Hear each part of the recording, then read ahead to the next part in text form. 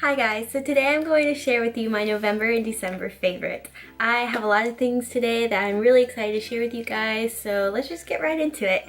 First, let's do makeup. First off, I have the Maybelline Instant Age Rewind. It's the eraser for dark circles and it's in the shade Neutralizer, I believe. I really like this. I used it in my last tutorial and I like the application surprisingly. I was kind of worried that it was gonna like be streaky because of the sponge and stuff, but it was surprisingly like when you blend it in, there's no streaks. It's great. And I like how highlighting this shade specifically is. It's really great. I want to get another one for like my more natural days because I tried wearing this alone one time without any foundation or much makeup on and it just looked really white under here, so definitely next time I go for a more, almost dropped that. Definitely gonna go for a shade more close to my skin color next time so I can also wear it on natural days. But yeah, I really like this. It has great coverage and when you blend it, it makes your under eye area look flawless. But I do also use it on other areas of the face. It's just overall a really great concealer and it's relatively cheap. It's from the drugstore. So yeah. Next up, I want to share some hidden gems. While I was at school, I ran out of setting spray, as y'all knew from like, I think my first tutorial. I didn't have any. So I decided to make an order and I was just browsing around Ulta and looking for a drugstore option because, you know, broke college kid. And I came across two sprays actually. One is a primer and one is a setting spray. So first I want to talk about the Makeup Revolution, is it Aqua Priming Base, and this stuff is really great. It's really tacky when you set it and the spray is actually really good. Let me see if I can show you.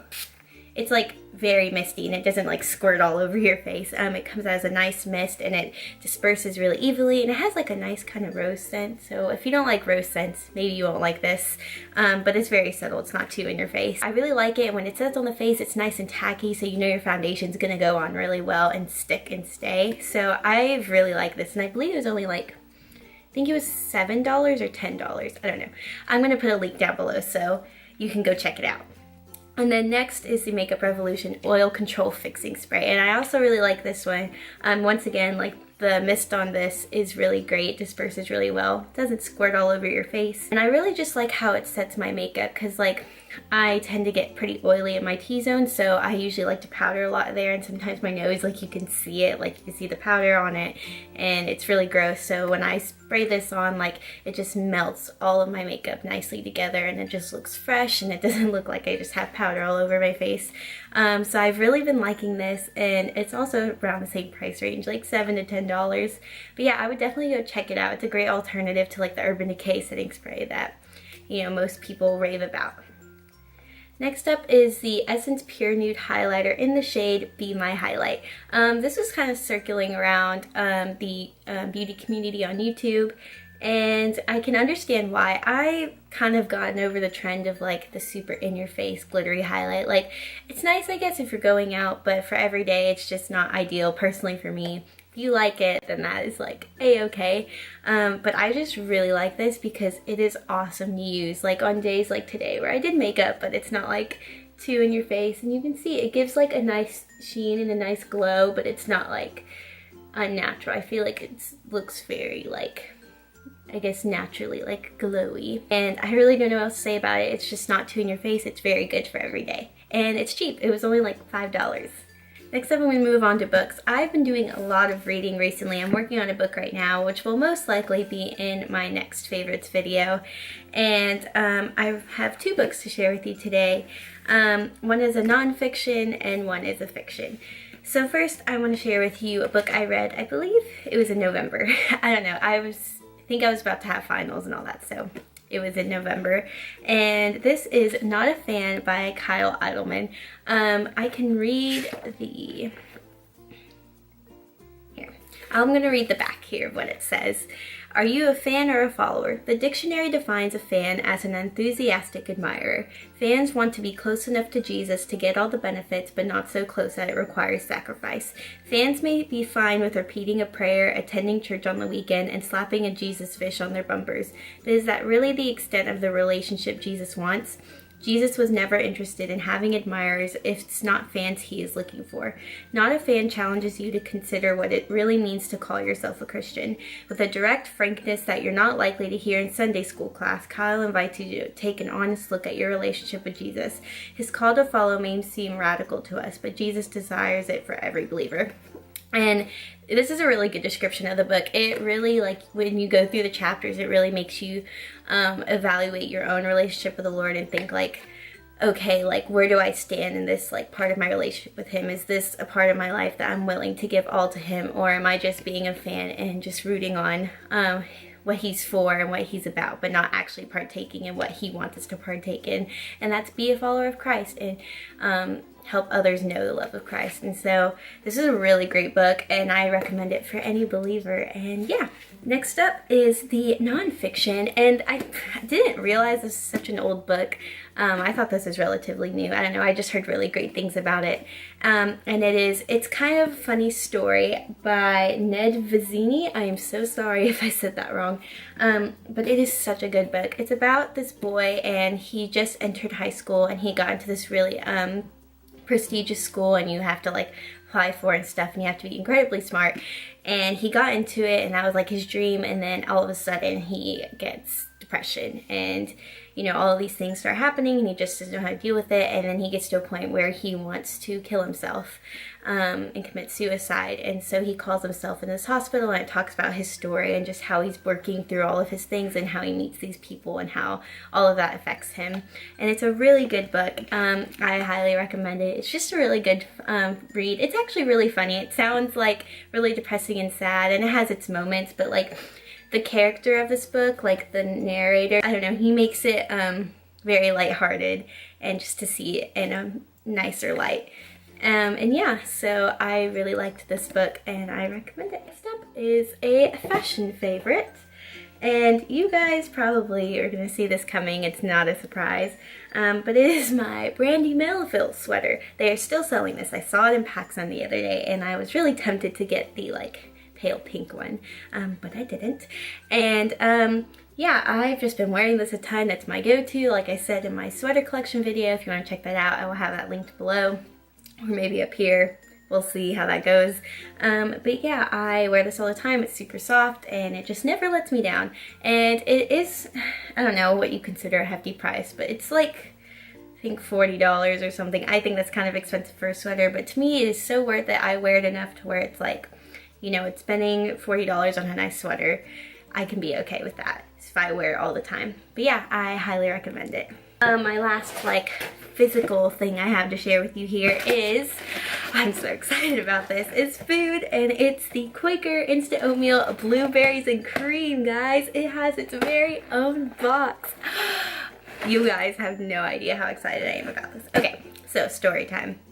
Ever since I was a little kid, like, I've always loved oatmeal, but you know how they come in like, there's like this box like that's this size, and it's like fruit and cream, and it has like the banana and the peach and the strawberry and the blueberry. Well, blueberry's always been my favorite, and it always gets the least amount of packs. There's always 2 packs, and that was it. And I would always get so upset because I'd basically want my mom to get the fruit and cream just for the blueberry. I mean, I'd eat the rest, but you know, I really like the blueberry.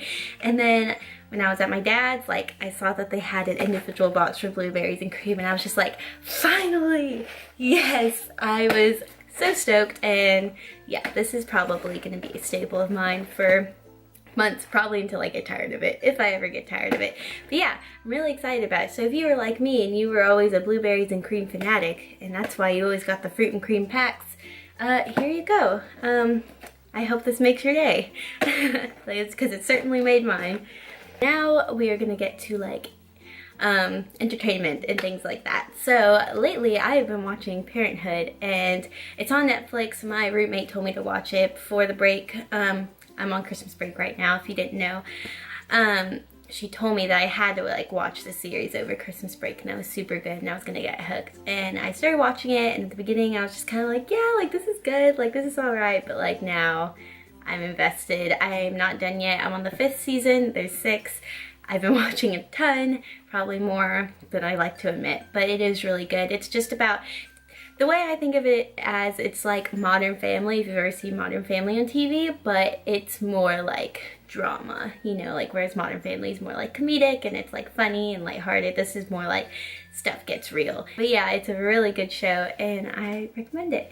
And then I wanted to share with y'all some songs that have been on repeat for me in the past couple of months. The first one would have to be It Is Well by The Ember Days.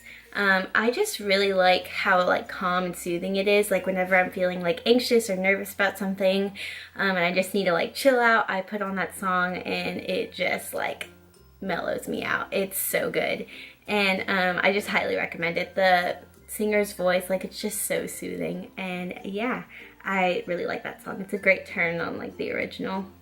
Next one is What a Beautiful Name by Hillsong. I've just been hearing this song a lot in church. I was going to my church, you know, back at school, and then I had to come home, and like I've just been hearing it in both places, and I was just kind of like, whoa, that's like really cool. And so that's just kind of been something that's like been cycling my head, just like, wow, like the Lord is just like so good, and even just his name is just like, wow, like he's so amazing. And just like reflecting on how amazing and wonderful and powerful he is, it's just a really good song and it always pumps me up. And then my last song is Inheritance featuring Graham Cook by Jonathan David Helser. Wow, that song got me through some stuff towards the end of the semester.